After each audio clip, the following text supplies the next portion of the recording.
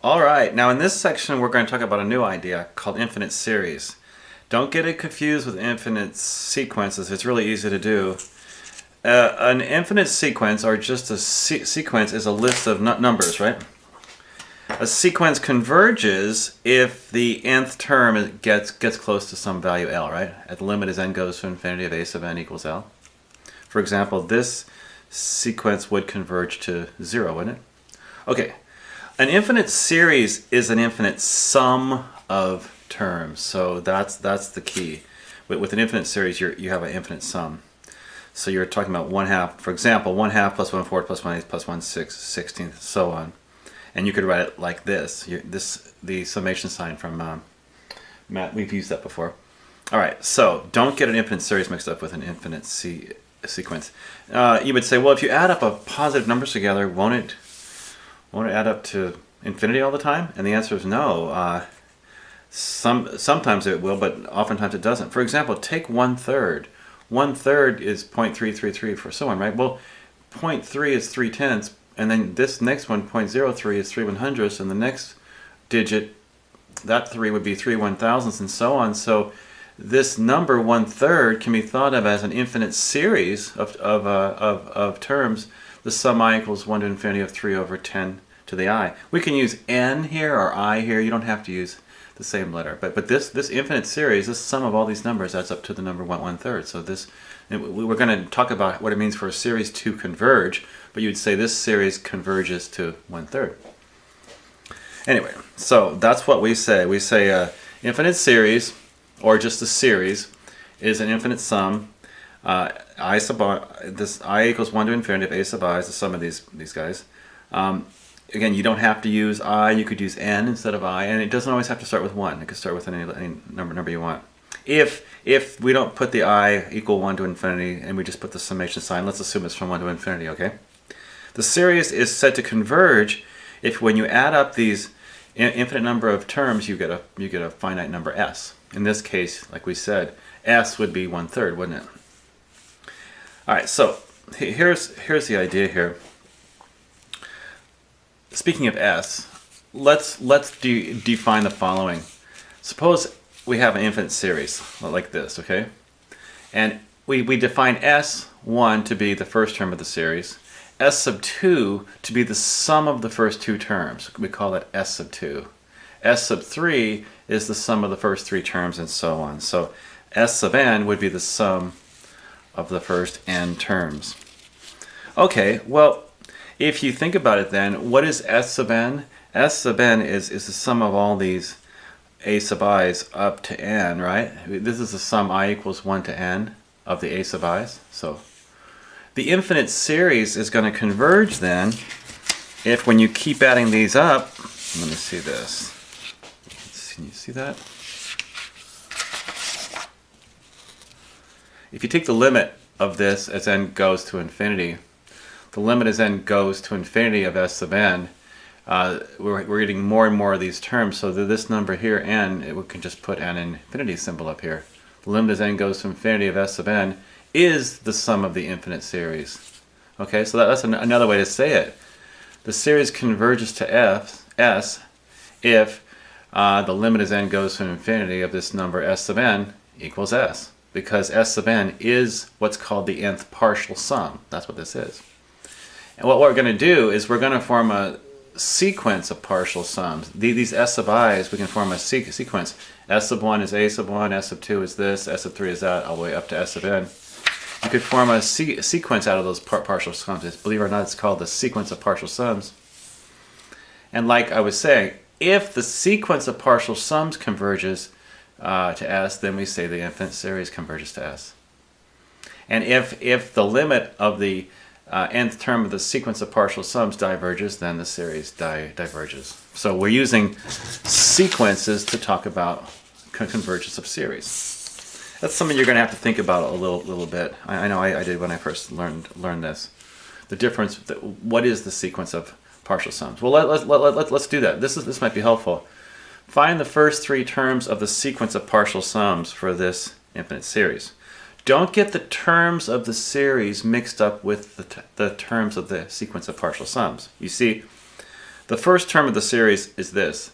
The second term of the series is this. The third term of the series is this.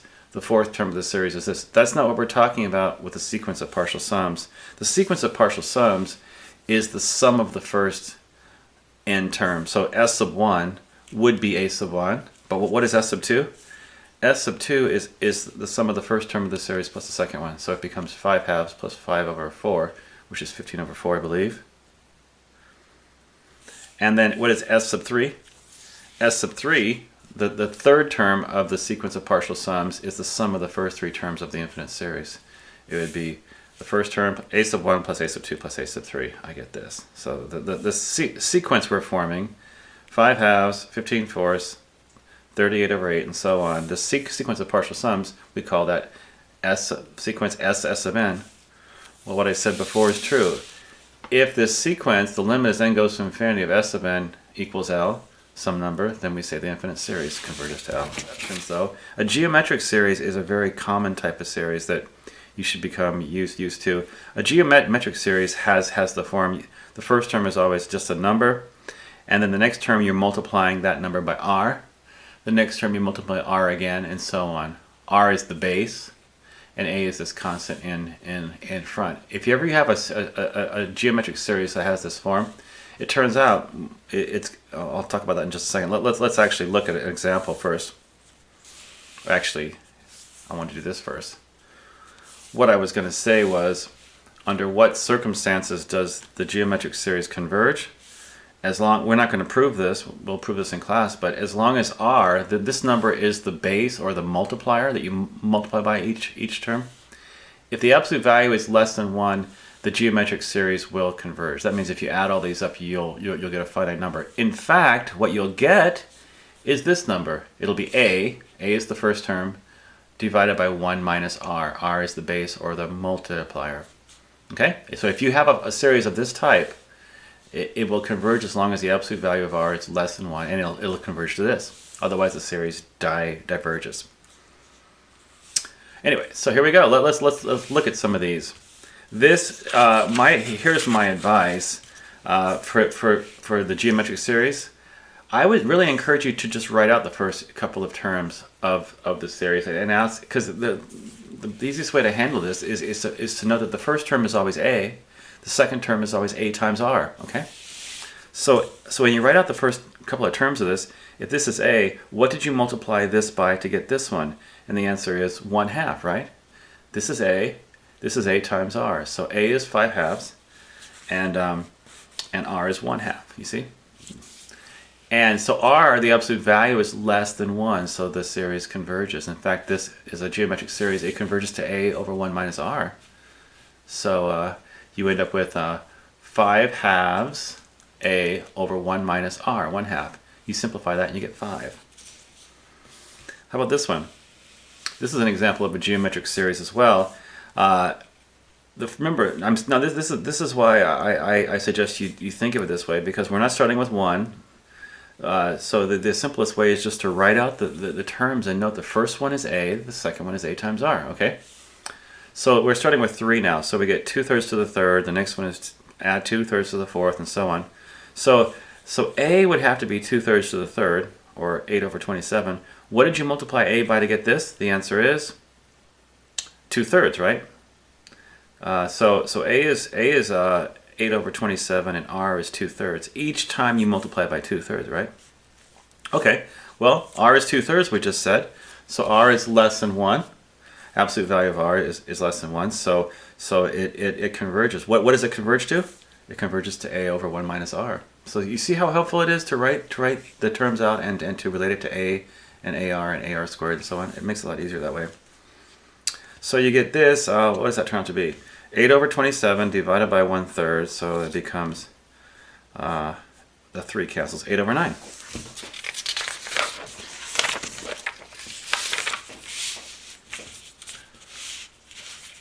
Let's keep on going here. So is this a geometric series? Well, let's see. When n equals 0, you have 5 to the 0 over 2, so you have 1/2. And then the next term, when n equals 1, you have 5 over 2.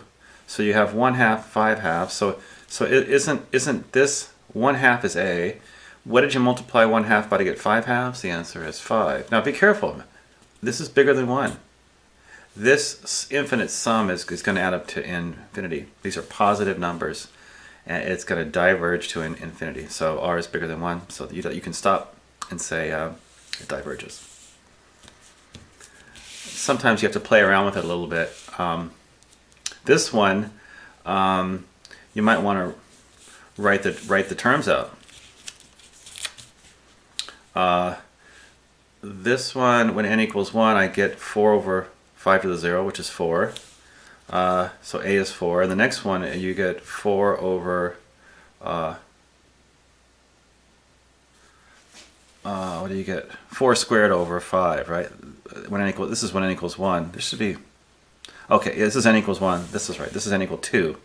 So you get 4 squared over 5. What did you multiply 4 by to get 16/5? The answer is 4/5. It's less than 1. R is less than 1. So sure enough, it does converge. This geometric series converges to a over 1 minus r. That gives you 20. This is important for what we're going to talk about later. This, we're going to mention this later. This is an infinite series. It's actually, since it has powers of x, we call this a power series. But anyway, the question is, for which values of n, I should say which values of x, sorry, I should say x there, change that to an x. For which values of x does this series converge? Well, let's look at the first couple of terms. When n equals 1, you get x over 2 and so on, plus x squared over 2 squared and everything. It looks like a geometric series. A would be x over 2. Right? And r, what did you multiply x over 2 to get this? Why, it's x over 2. So we're not asking what it converges to, we're asking for what values of x it converges. Well, it depends on what x is, right? What has to be true about r for the geometric series to converge? Doesn't r, the absolute value, have to be less than 1? Okay, so what we're going to do here is say that x over 2 has to be less than 1, then solve that absolute value inequality. I'm not answering what it converges to, but I'm telling you it converges as long as x is between here and here. Then r will be less than 1, and then it'll be a convergent geometric series. One last thing I want to talk about briefly. I want to talk about this. This is another type of series. It's not a geometric series, but I just want to mention it's very, very hard to determine what the sum of a series is. We're going to spend a lot of the chapter talking about how to determine when a series converges and diverges, but under very rare circumstances are we able to determine what the sum is if it converges. The only one we know of at this point is the geometric series, and that one is very common. You should really get good at that. But here's another example, a telescoping series. This is kind of strange. It looks like this. If you write out the first, it's kind of tricky. If you write out the first terms, this is the sequence of partial sums. This is S sub n. Remember, we're talking about the sequence of partial sums. The first term, this is a sub 1, this is a sub 2, this is a sub 3. Shouldn't this be 3 times 4? Sorry, folks. It should be a 4, right? Okay. Anyway, so this is S sub n. If you use your partial fractions you learned from before, 1 over I times I plus 1, you can look at the partial fractions decomposition and get this, okay? So each one of these, like 1 over 1 times 2 can be, you can look at the partial fractions decomposition of this term becomes this, the partial fractions decomposition of this term becomes this, and so on. The last term would be 1 over n minus 1 over n plus 1. And look at what happens. These guys, if you get rid of the parentheses, those cancel. Everything cancels here. This half cancels with this half. This 1/3 cancels with this third. Everything cancels except the first term and the last term. So I've gotten a formula for S sub n.